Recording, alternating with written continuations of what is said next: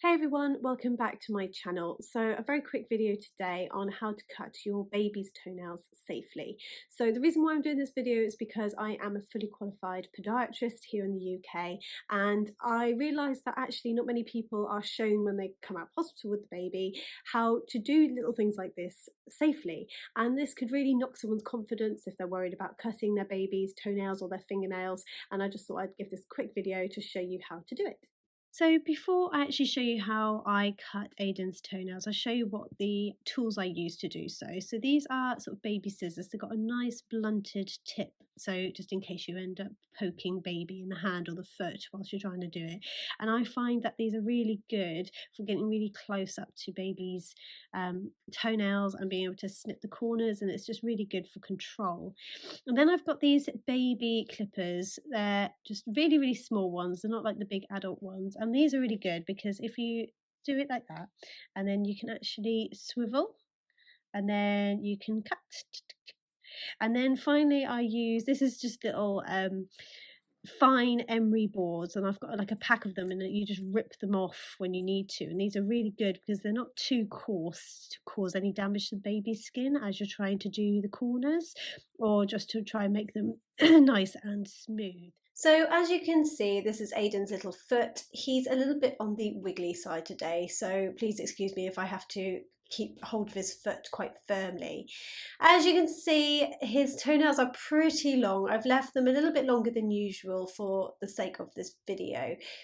Cutting baby's toenails is one of those strange things that you know you have to do, but no one really shows you how to do it safely. You know, you don't particularly want to bring any sharp objects towards your baby's toes unless you really know what you're doing or you have confidence in what you're doing.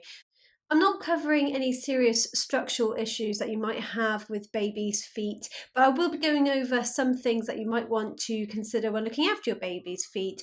Just a few little superficial things just to make sure your baby's feet stay generally healthy. And obviously you can use these little tips on cutting your baby's fingernails as well as the toenails. So babies' fingernails and toenails grow crazy quickly, and I probably find that I have to cut his toenails about once a week and his fingernails twice a week because that's how quickly they grow. So here we go. So the best thing you can do in the beginning is obviously to distract baby as much as possible to make sure they can keep relatively still. This is always so much easier said than done, and some people even like to do it in their sleep, but I will not disturb the beast when he's sleeping. You can use all sorts of things to distract baby. Today I've used my hairbrush to tickle his feet, and he seems to be quite happy in playing with it, so that's what I'm using today. But the best way I find is to ask someone to hold baby's leg and distract baby whilst you do the toenails. I just want to say before we start that I'm not a fan of biting or ripping baby's toenails. What this can do, let's put these down. What this can do is actually leave a jagged edge, and because you end up pulling the nail off, it can leave a spike down the side, and then if this is left, it can grow up and become an ingrowing toenail, which can then itself become infected and very painful for baby. So I like using these baby scissors with the blunt end as I find the control a lot better, and I'm able to deal with the corners of the baby's toenail a lot more easily. I find baby nail clippers get too close to the skin and you have a tendency of clipping the skin then, which is obviously not great. So firstly, I like to deal with the length of the nail by just cutting the top off straight across. You can deal with the corners later. So what I find is doing little snips, little by little, especially if you're not that confident, is the best way, and then you can judge where the skin is. All of the advice out there suggests that you should cut the nail straight across, which is excellent advice as this stops an ingrown toenail. However, as the toenail or fingernail grows up, what we find is that it leaves a really sharp corner, which means that babies can scratch themselves.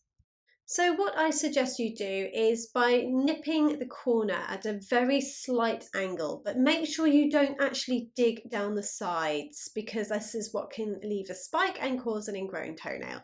So what you can do as well is get an emery board, a very fine emery board, and file the nail down. Just make sure you do it over the top of the nail and away from the toe and not towards the toe. It's pretty tricky to do it horizontally as the fat of the toe is in the way. So I suggest going over the top like I showed you and away from the toe. And that way you leave a nice smooth edge without any corners and you aren't actually hurting the baby or the baby's skin. And same again for the smaller toenails. So just little snips here and there, just making sure baby doesn't move too much, just to take off the main length. And then when you feel a bit more confident and baby stops wiggling, you can then tackle the corners, making sure that the corners are snipped back because the toes can sit quite closely together. So what you might find is that if you don't do the corners, then the toes rub together and you'll find that the toenails will then start rubbing the toe next door, which isn't great. So what you do is just simply tilt the scissors at an angle to get those toenails nice and short, and then obviously using your nail file to round it off over the top and take away any sharpness that might be remaining in the toenail. So as you can see, I've left just enough nail length to actually protect the toe, and I've left a little bit around the side of the toenail just to make sure that there's no remaining spike to cause an ingrown toenail.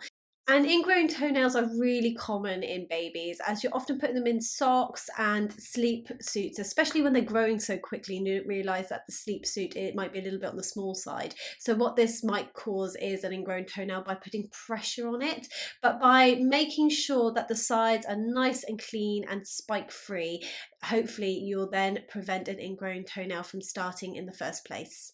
One more thing that seems obvious, but it's actually really easy to forget, is by making sure that in between the toes are clean.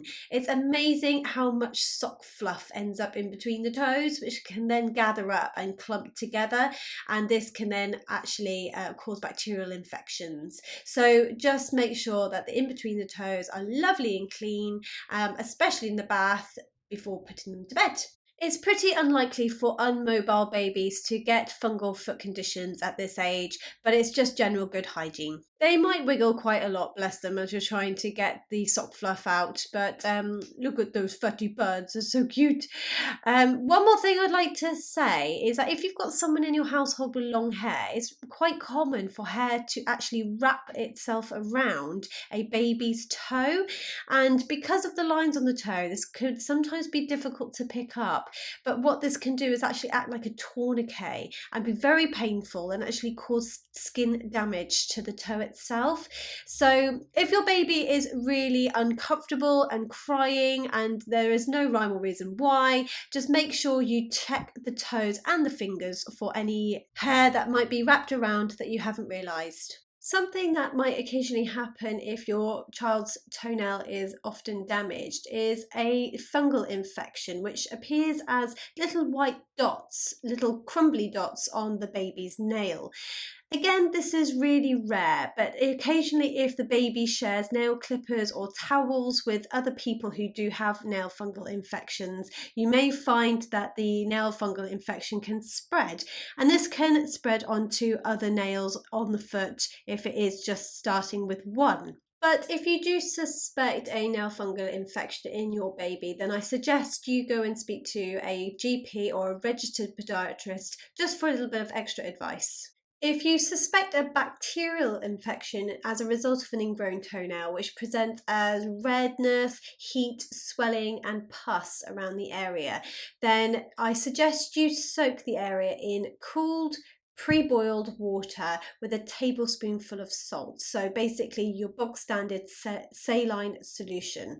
If this doesn't resolve soon though, this can actually spread. So go and see a GP ASAP to make sure the infection doesn't spread. If you've got any doubts about what's going on with your baby's feet, just speak to a GP or a registered podiatrist who might be able to help you.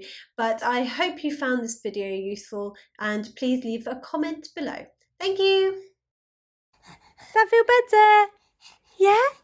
Yay! It does feel better.